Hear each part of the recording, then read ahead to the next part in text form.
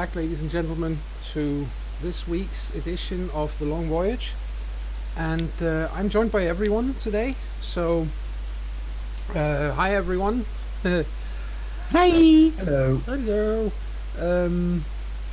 We need a recap from last time because, a good few things did in fact happen. So, Chris, could you? I mean, theoretically I could. This is something I'm within my capacity to do. Yeah, okay. Last time on the Long Voyage, we concluded our business in the Lion Coast. Those of us that went on the journey to find the great first tree of all things succeeded, and brought news of the unfortunate circumstances surrounding that to the people of the oh goodness me, of that village, the name of which escapes me because I'm an ignorant yokel. Samakbet, because I'm an ignorant foreigner and can't be bothered to learn all these peasant people's sacred names and things. And they agreed that the best thing for them, really, despite the unfortunate circumstances, was basically to evacuate Samakbet and take themselves and try and form a new community on the other side of the large city of Tethmem, where we landed. And Jerry, the guide that led us to the tree, agreed to be the one to bear the message, since she had been with us to not exactly see the man who was causing the issue. She'd been unconscious for most of it, but she was entrusted with the message to deliver on behalf of the people of Samakbet to the representative of the sword in Tethmem. So she came with us, despite the language barrier rising up between us again due to the magic that was keeping us communicating failing. But we made it back. We delivered messages. We got the pieces of wood we needed and delivered them to the high priest of the city. And in doing so, freed poor Gylfi from the terrible bondage of his arranged marriages to the two women in the service of the Jackal. We even got to see the Jackal be something vaguely resembling a human being for a bit. To all of us, and particularly to Frothy, who was continuing to have, over the course of several sessions, a crisis of faith and personal resolution. Because I don't know what it is about Rasmus, but he just loves playing brooding characters. And then I occasionally, like tragedy. And then occasionally he does a Mahdi. I don't really think that anyone can outbrute Imperia, but yeah. No, but that's from a completely different campaign, so we'll see. So yes, after that was sorted, we all made our way back towards the our ship, towards the Thuggerfair, and Gylfi and Sindri basically peeled off to have a last drink to bid farewell to the Lion Coast. Gylfi wanted to do even more than that because Gylfi is a desperately irresponsible and high-living young man whose only interest is basically to live life to the fullest, regardless of whatever consequences come his way. Because why the fuck not, Exactly. But basically, we were in the middle of doing this, and then almost said, "No, we need to get them because we're going to go pretty much right now." So after some talking about it, and we all basically got back to the ship, we said our goodbyes to Jerry, who was amazed at the fact that we could sail the seas in such a flimsy little rowing boat. But, cultural dissonance and all that. We said our farewells and we got on our way. More strange shenanigans befell us on the way. Once again, we entered into a thick fog or mist while travelling, which at this point is, let's face it, if it's happened once, it's happenstance, twice is coincidence, third is enemy activity, so I'm given to suspect that this is not coincidence of any kind. We thought we saw the shores of the Plains of the Convocation again, and we were like, no, we're not going back there. But we did see some other poor sod in a ship much like ours land there, despite we tried to avoid them, but they did land there. We heard some talking, then we heard some screaming, and then we heard nothing at all. The one name that stood out to us was this fellow named Captain Argy, but that could have been anyone at all. It could have been. Hint. Anyway, Yes. So after that, we had some pretty decent sailing all the way back home through the jaws of the Great Wolf and towards Vannes, towards the Raven Lady's great city and the capital of her domain within the Southlands. We arrived. We were much celebrated for our return because we had risen from the dead, essentially, according to most people. Yep. Maybe we all die twice, I suppose. And the last we left off, we were being ushered. You were being... Her voice said... Oh, you're breaking up. You were being what? Being ushered into Gangrior's great hall. Yes. And she commented that the winds had favoured us, for we had arrived just a little bit earlier than expected. Yes, and one tiny little detail that you did omit was that the reason why you needed to get back home right around now was that Ting is about to start. Yes, that's right. So, and we basically wanted a lot of vengeance for murdering. Yes. What was it? The entire city. Orma had made the executive decision as captain. Okay, we've had our fill of travelling the world, growing rich and strong, like we said. Now comes the second part of our vow. We are actually going to go home and get some proper fucking vengeance for what was done to us. Indeed. So here we are, doing just that. Yes. So you've gone home in time for the annual assembly called Ting, which takes place at the aptly named Tinganes, which is the great promontory sticking out into the ocean, almost a mile into the ocean, in fact, from where Vannes is located, and consequently, Ting is supposed to, as you've learned already since you came back, because people are talking about it all the way up through the city. Ting will start tomorrow. So you have arrived in the nick of time to be there for the opening procedures. And correct, as you said, you are now standing in the door, or by the doors, to the Great Hall, and you've heard Gangrior comment that you're, as you said, a little bit early. And on that note, take it away.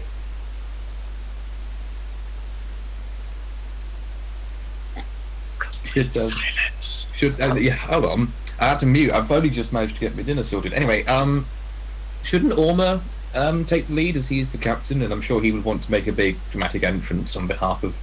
Oh, he certainly does, but I just want to give everybody a chance to actually do something before, I go into a long soliloquy here. Okay.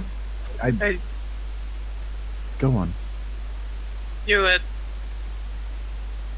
Well, Thordy is definitely going to keep an eye on Ulva to make sure that she follows along and doesn't get stuck in her... No, she's just standing there with the hugest goofy grin you've ever seen.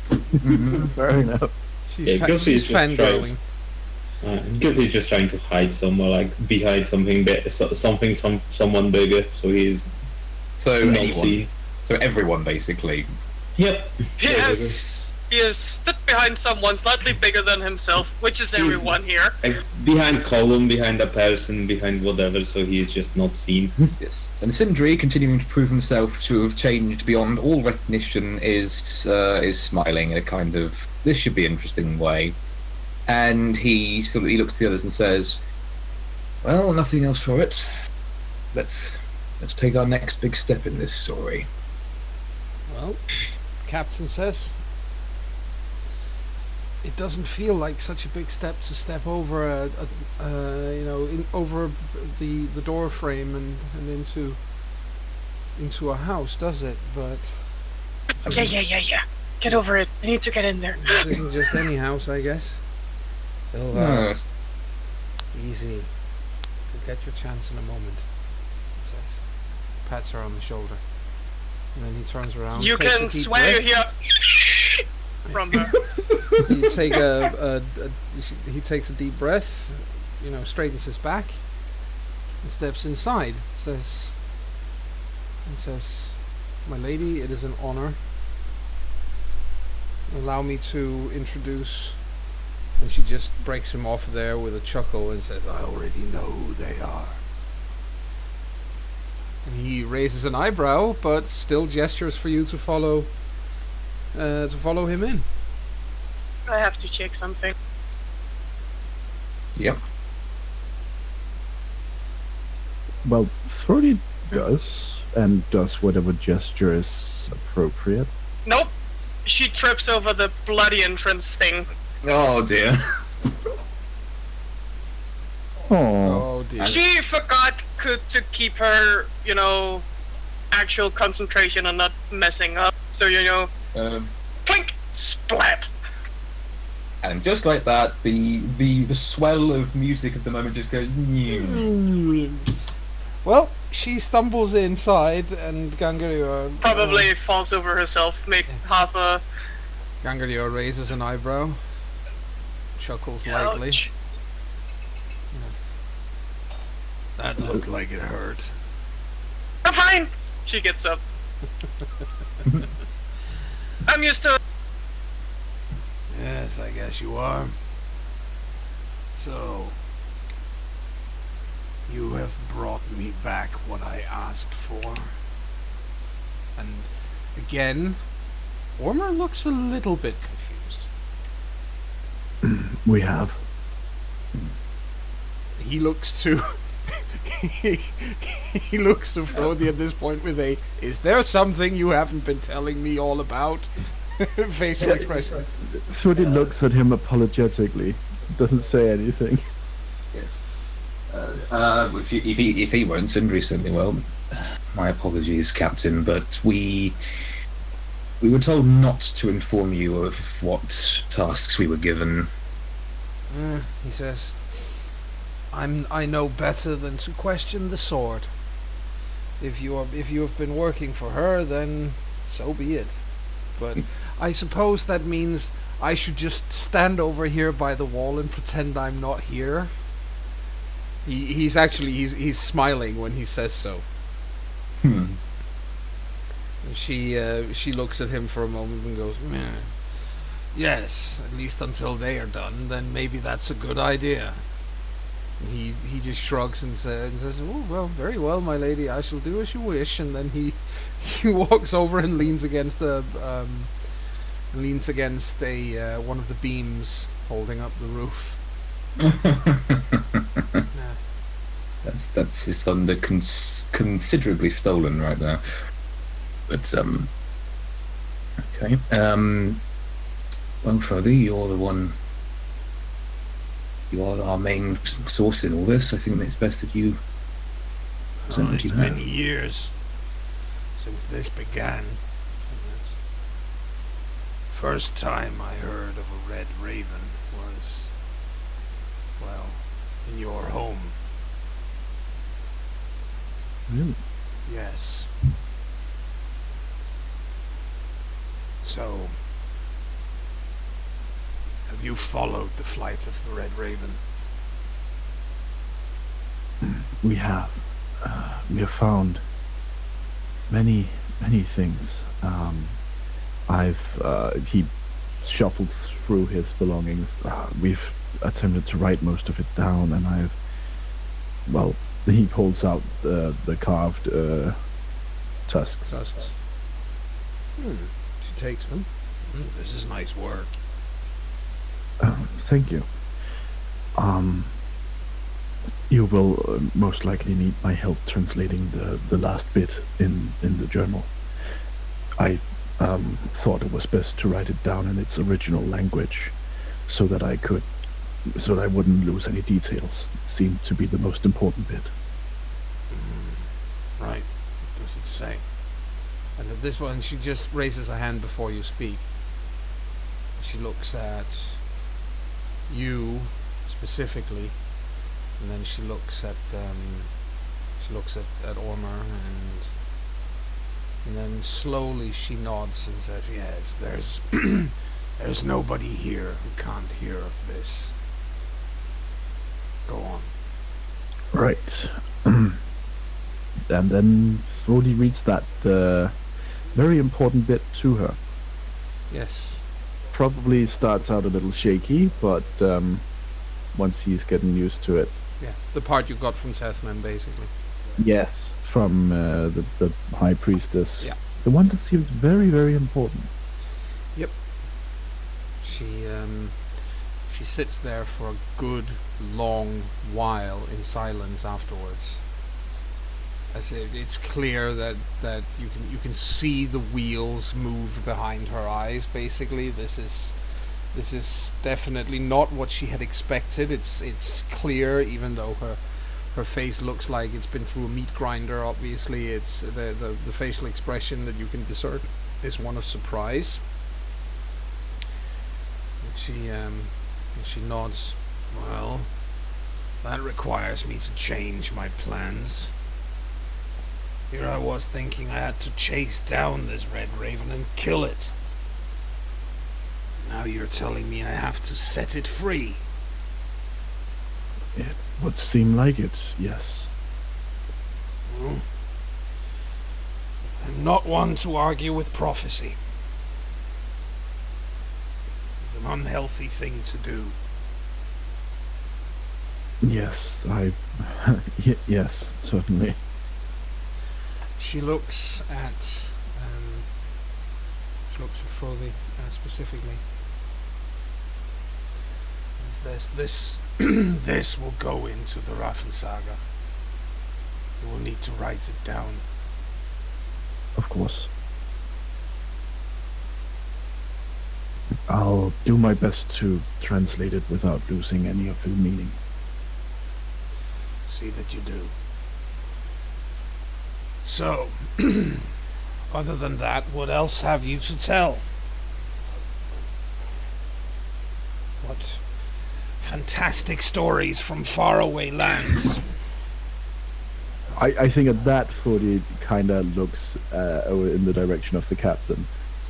The captain comes over again and says, well, truth be told, we have different experiences, these few and I, seeing as much of the time I have sent them off to do specific jobs, but I have plenty to tell of the people of the Green Shores. And Gangaryar kind of waves a hand slightly dismissively and says, we know most of that already here in Bananes. We've been raiding them for years already.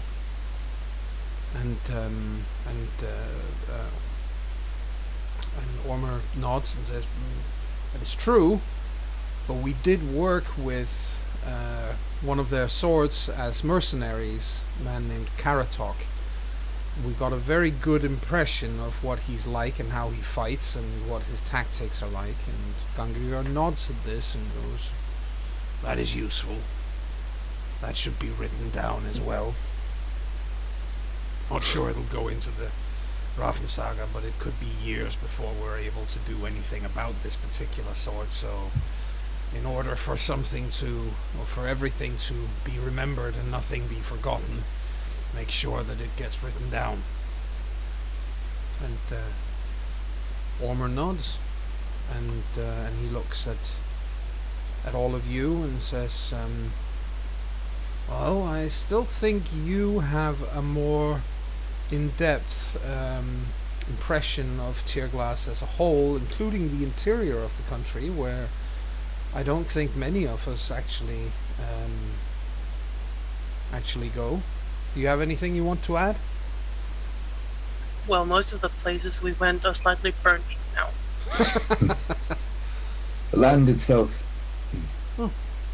My apologies.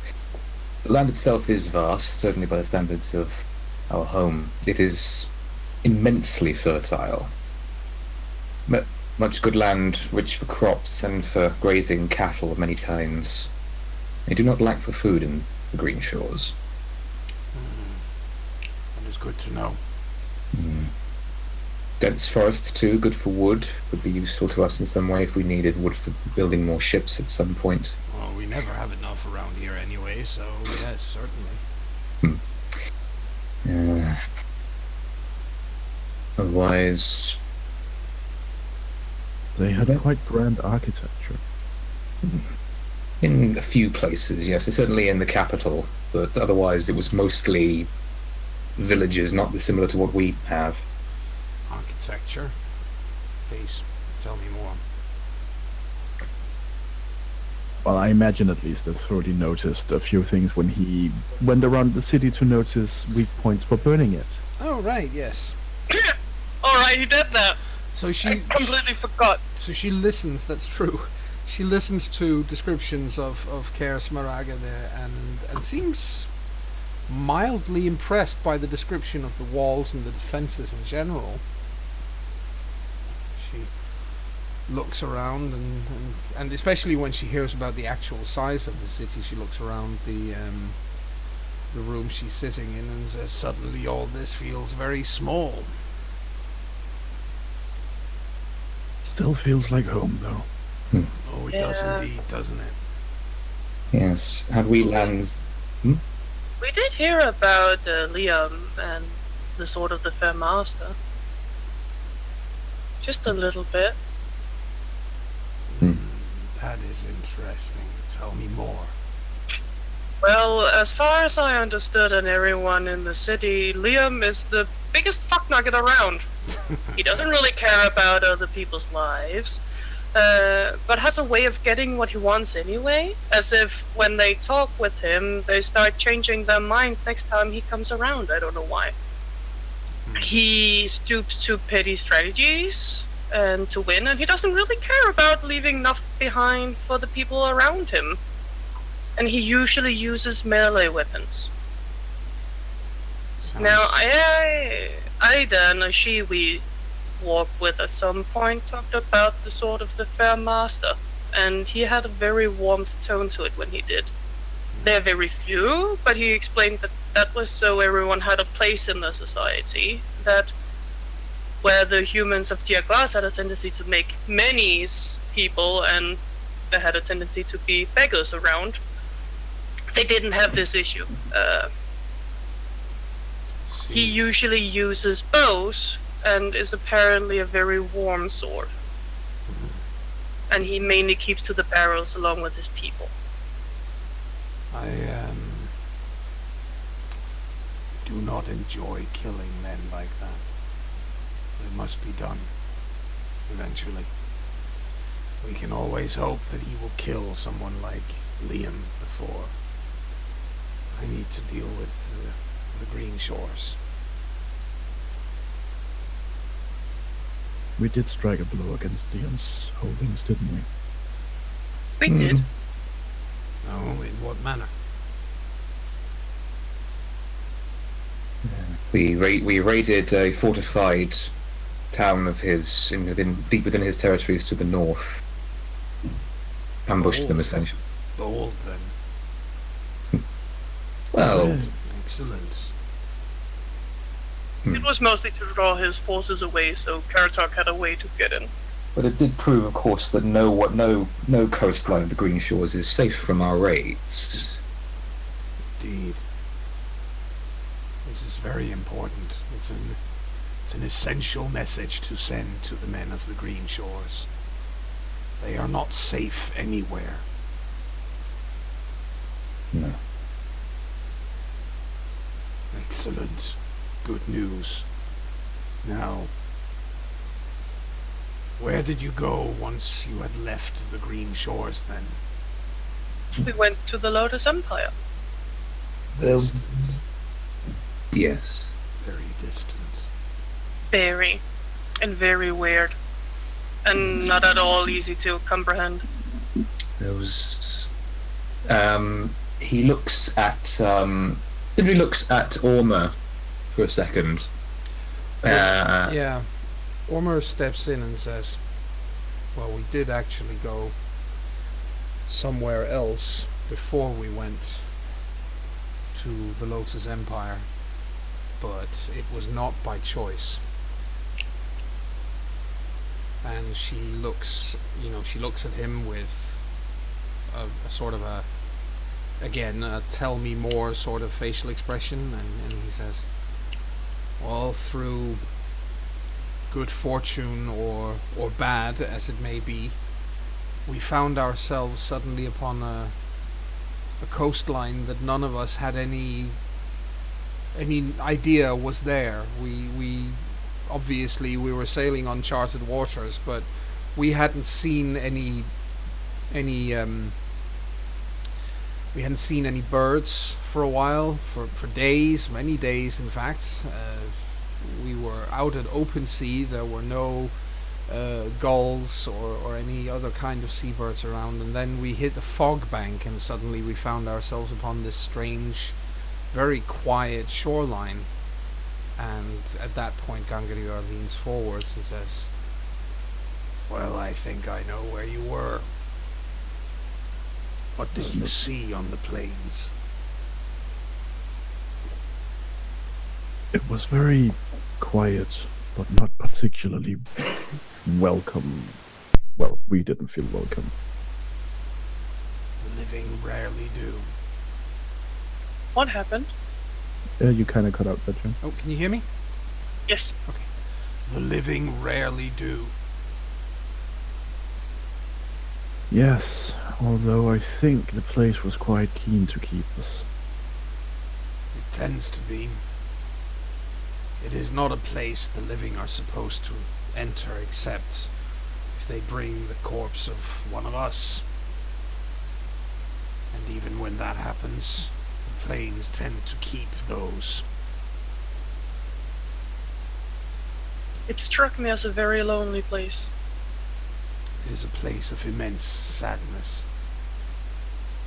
You cannot imagine what it was like on the first dawn.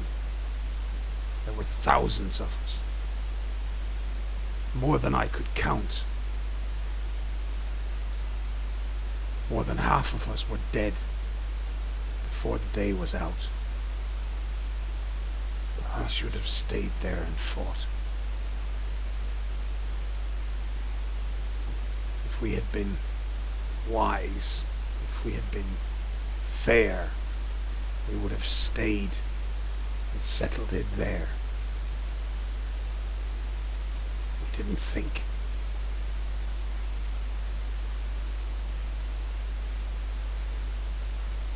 She looks angry more than anything else. It is not my place to comment, I suppose, upon your knowledges and experience, milady, but while it is indeed sad that few of us can ever truly be wise and fair when the time calls for it, we can only ever deal with what is put before us. That is true.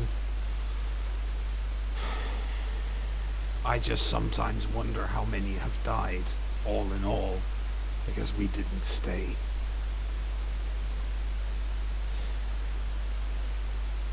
There are a lot of people out there who would envy you, having seen the plains of the Convocation. Now you've seen it. No, it is nothing to be envied for. No. It is a place of death and the dead. Nothing else.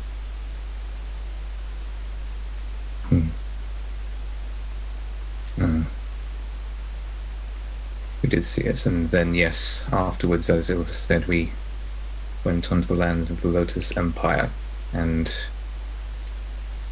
many of us, I think, fell in love with the place. That impressive, was it? To be frank, my lady, yes. I appreciate your honesty. Well, what was so amazing about it? Tell me, I have never seen it. Well, for once, they were numerous. Very. I'm sorry to say that they make Vananes, that thing, look small. I suppose some places must.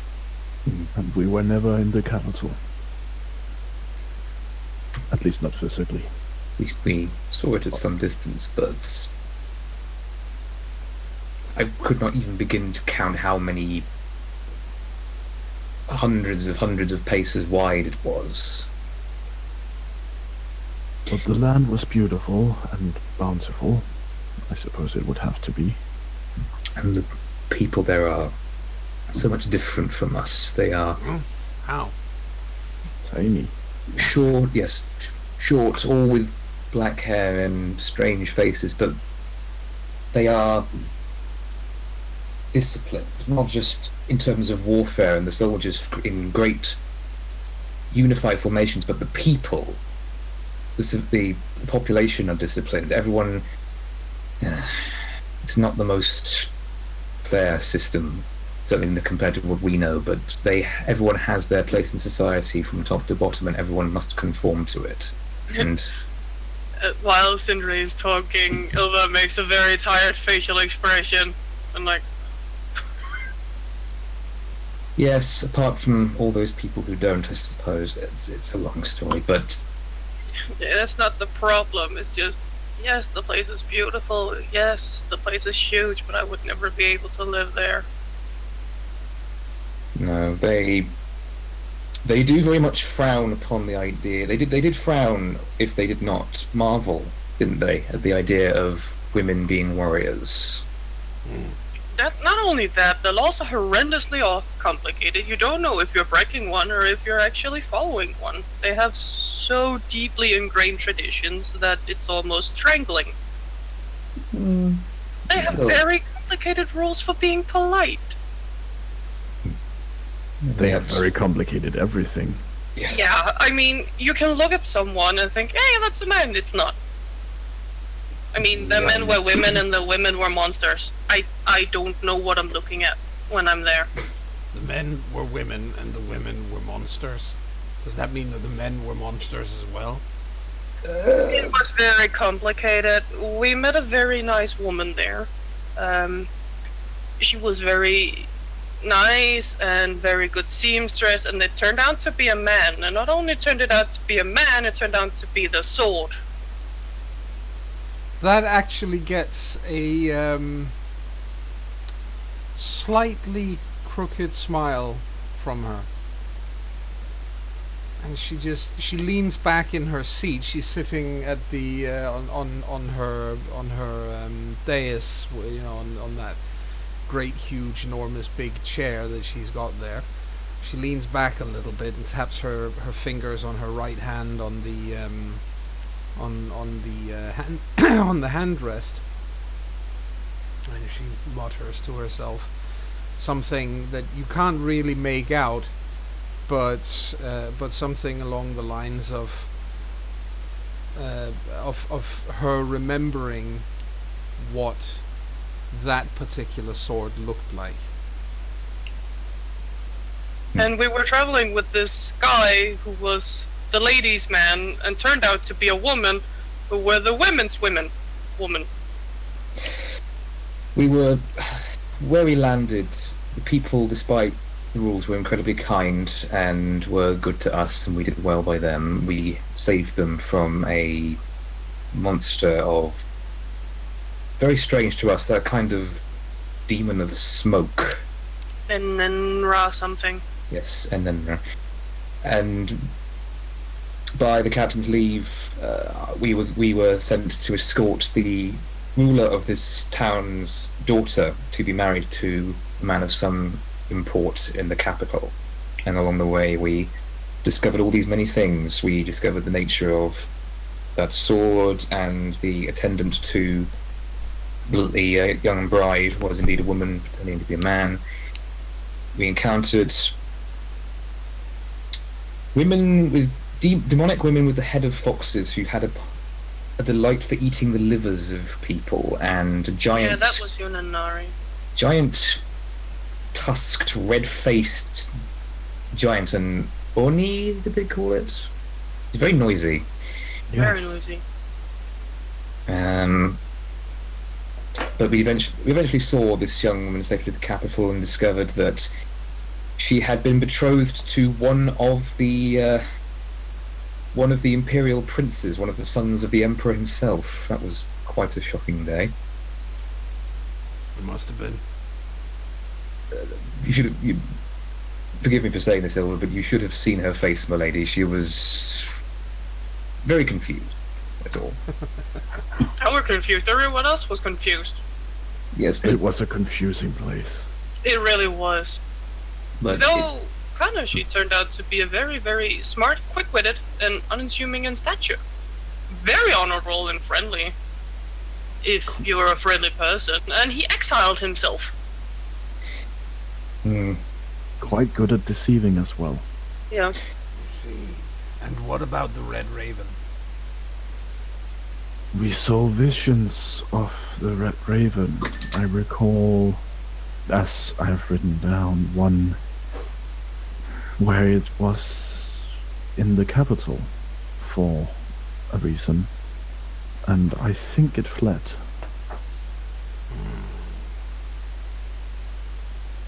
That is interesting and important. See to it that that is written down as well. Of course. Out of character, though, Mhm. didn't Frody actually talk with the Red Raven? Not that he knows, Ooh. but I think I shall bring it up. I also had a vision of a woman who I spoke to. I don't know the significance of it, but it could be important. Do tell. Well, she looked like she could be from Glass, I think, or she could be from somewhere else. It's the only. Well, she could be, with massive, wild red hair. She was very kind. Well, a little confused about the whole talking to me in a vision. I'm not sure, or rather, I'm pretty sure she was real. That does sound fascinating. Why was she confused? I don't think she was expecting to talk to me, or see me where I met her. And where was that? I forgot. What was it? It was on a boat from the Southlands with an entirely dead crew just outside a ruined city of the one we were in. I actually forgotten that little village in the Lotus Empire. Lanwan or Lanwan. Ah. Well, in that case, he tells her that. Right. She thinks for a while. Is there any was there any important landscape near this village? Anything that would make it easy to recognize? out of character, we were surrounded by high cliffs or close lines, and we had lots of hollowwood trees, didn't we? Yes. It was. But there were one thing in particular. There was a cliff, a protruding cliff. Good. That is important. I remember that because I had a vision of falling off of it in an explosion of red raven feathers. It seems like the Red Raven is very powerful, from what you're telling me. Yes, it would seem so.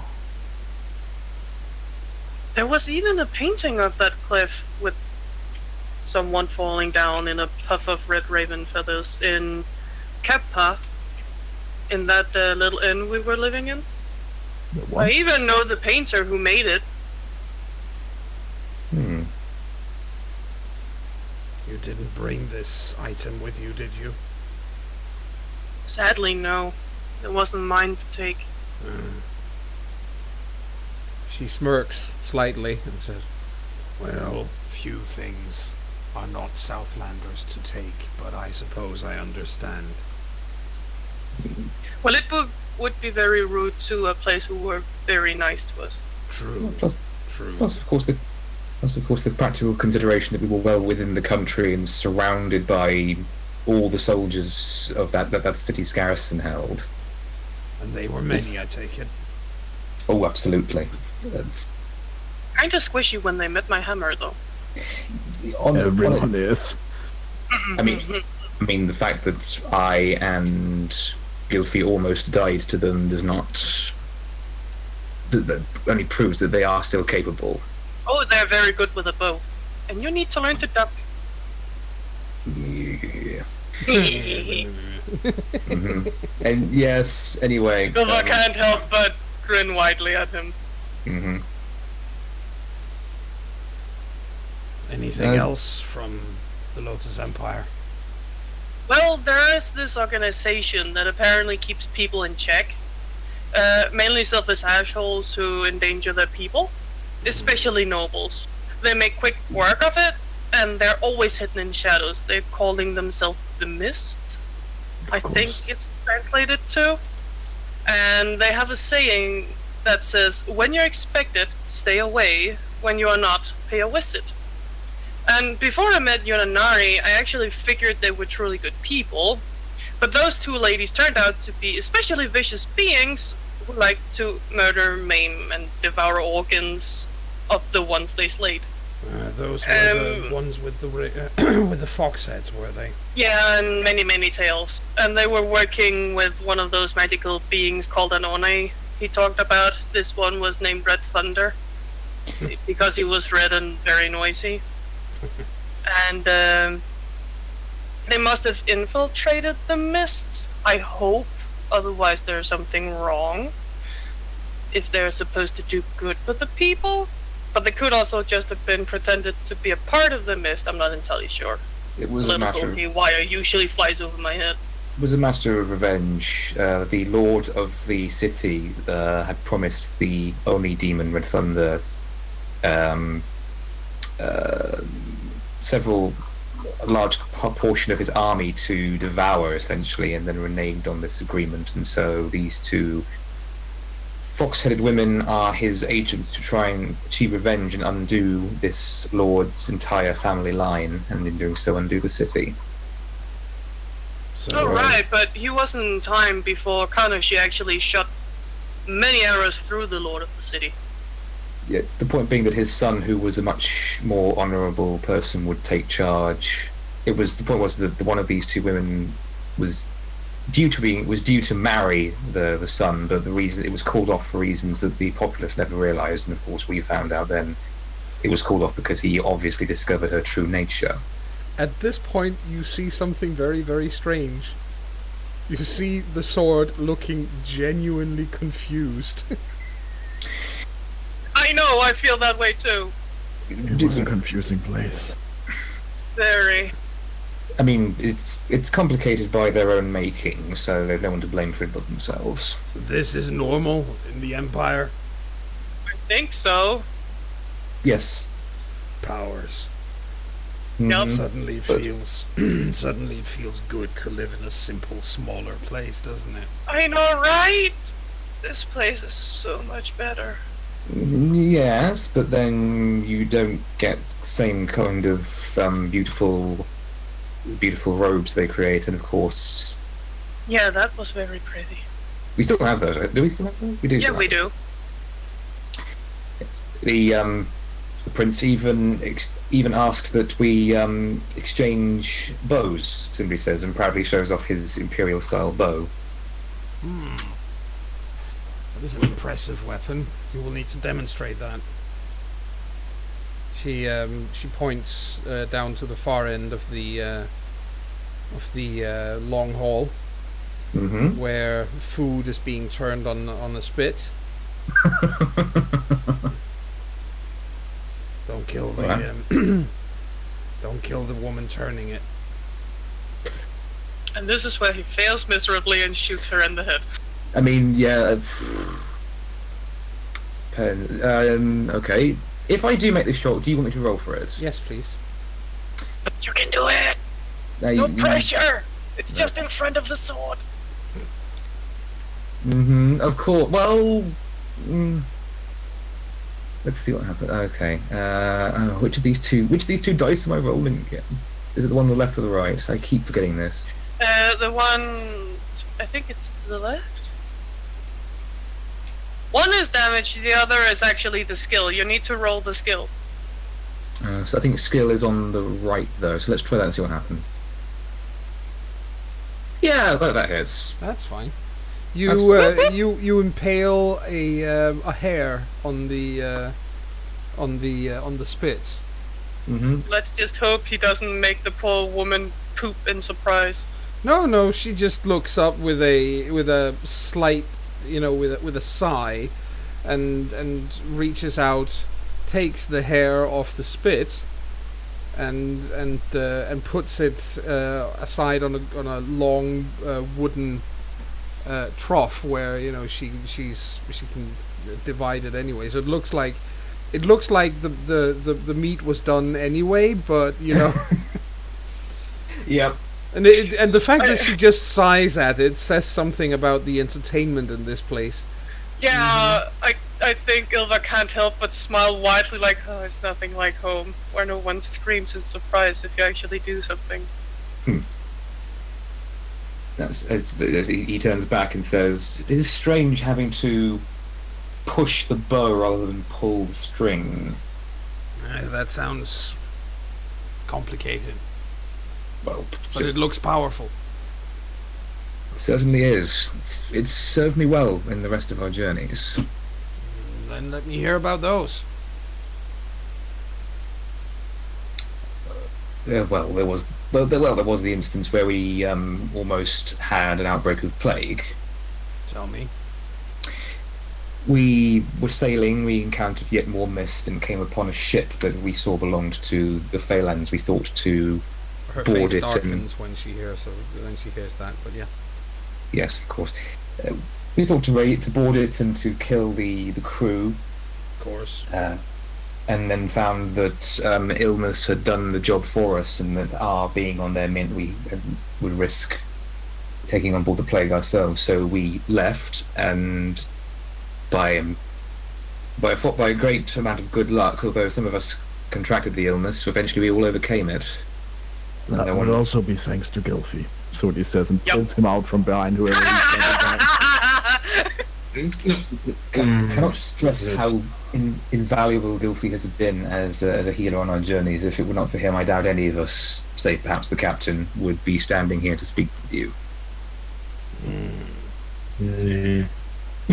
Just have a grunting conversation. So, you are skilled with medicine, are you, boy? So. Tell me.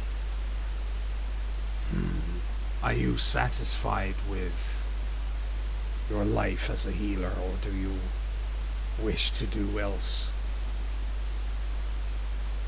I mean, it's a good trade. Wow. People always get sick and damaged. It's a good answer. There are so many men in the Southlands who would think that a weakling's job, and yet when they break an arm or have a spear sticking out of them, they all need healers, don't they? Yep. Yep. That they do. So, you are very young. What is your age, boy? No. A bit of pause while he counts. I have no idea. I don't actually remember what his age is. Wasn't he 15 when we left? So Yeah, he would something be like 16 now.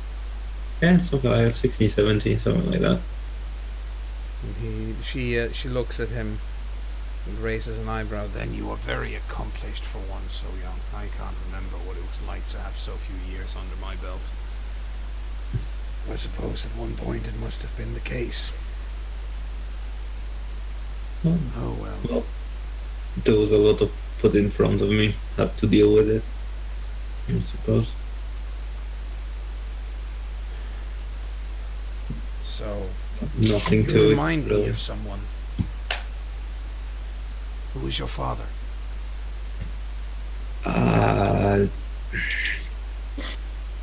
Or while Gylfi finds out who his father was. I mean, the point was, it would have been in his surname, but as far as I can tell, Rain has deleted Gylfi's surname from the character thingy. as my father was, and now the butchery of the language. The weird Harden, something like that. Hardenason. Yes. It was. Yeah, it says right under the. Yes. She nods thoughtfully, thinks for a good long while. Your father was a very strong and capable man, and a very, very honorable one. I know that he hoped for you to be a warrior one day. I, for one, considering that you have helped keep these good people alive, I'm glad that you turned out different. I mean, there was enough warriors in the crew. Somebody has to keep them alive, I suppose. They don't do that enough with themselves. It tends What you're talking about? It tends to be exactly what warriors don't. Yeah. Somebody would think with all the skill in the weapon and all the training, they would be better at staying alive. True. Ilva doesn't feel slighted. She hasn't even been close to death yet. There was one situation in the Yeah, she got hit by an arrow. That was just a flesh wound. It was fine. the one in Tearglass where she was badly wounded actually, but yes. Yeah, she could still walk back. She was fine. Yeah. So She was more fussing over Gilfy, making sure he was okay. yeah, she thinks about this for a while and says, I shall make sure that you're rewarded for this. And you have my thanks for keeping them alive. I don't. With all the respect, I don't require any reward. No. Them being alive is reward enough. Aww. Ilva hugs him. No, Ilva, no. You can't say something that heartwarming without getting a hug. She looks at Ilva with a raised eyebrow. You are a battle maiden, are you not? Yeah, Oh, it's the family thing, is it? he's my little bro. I And then she see. nudges him. Well, no problem then. Family is family. Families, all of Southlands. Except Phelan's. They can go die in a fire. They will. We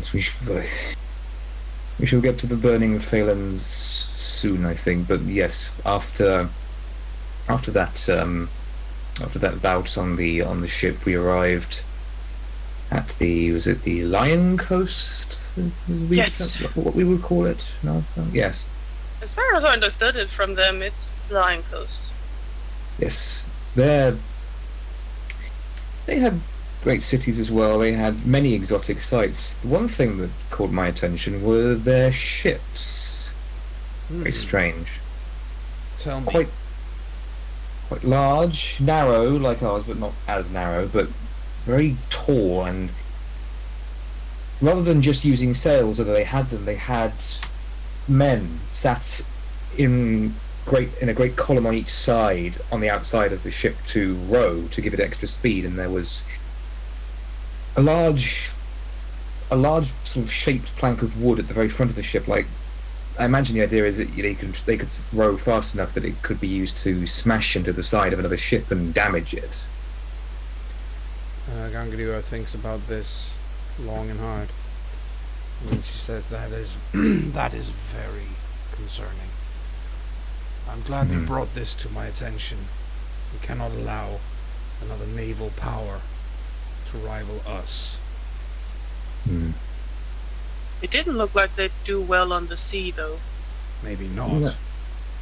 But how are we to get close to their shores if their navy is strong enough to keep us away?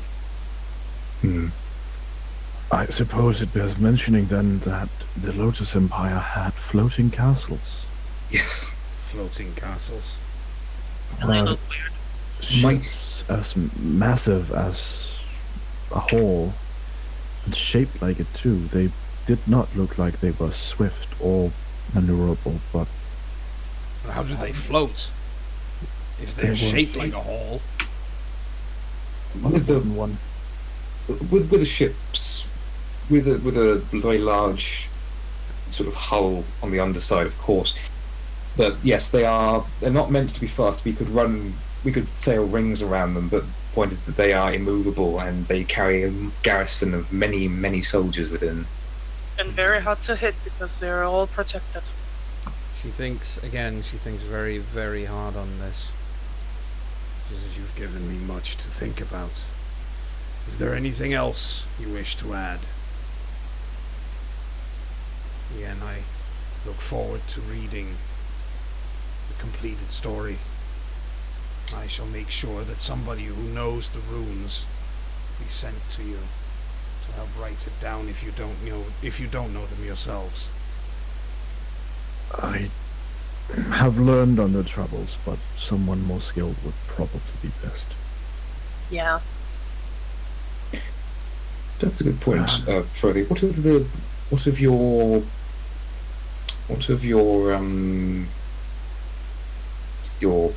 strange new travelling companion? Yes, we found a few magical things along the way. He looks first through the captain. Oh, right, he says, and takes out the rings. These were made from were they conjoined twins? Yes. Yeah. Twins who were joined together, and they allow you to speak through the ring across any distance to the bearer of the other one. That is a treasure indeed, and one I expect that you will find great use for going forward, Captain Ormer. He looks relieved that he's allowed to keep them. What to say? And nods and says, I expect that I will. I plan on more journeys. Once everything here at home is taken care of, and once I have replenished my crew, I'm not certain that all of them would want to go with me again. It was dangerous the first time around, and, well, many have lives to live here. Says, and suddenly looks a little sad. She doesn't say anything to that. And then he looks to you and says, well, you found magnificent things as well. Yes, I have bought this, he says, and brings out the skull. She was the wife of the man I bought her from. They did not seem to have the happiest of marriages, and he was happy to be rid of her.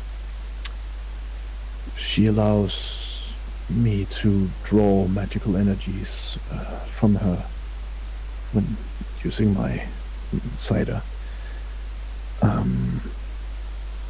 At least once in a while. Useful.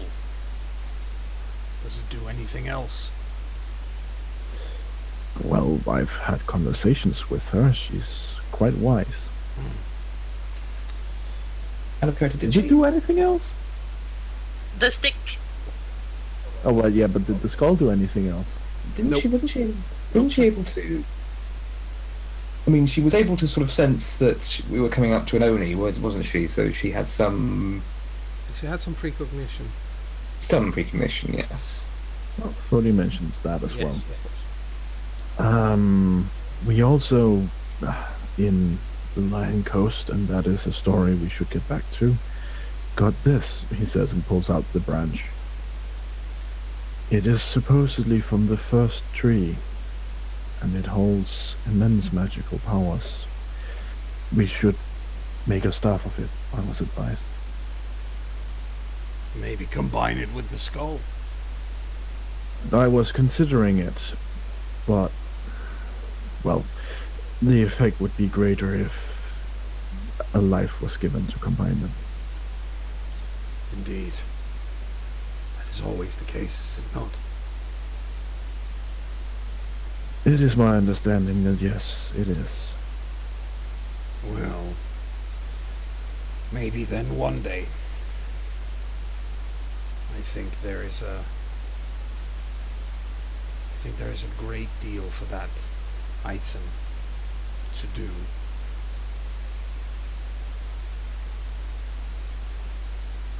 I shall keep that in mind in case I come across something to, or someone.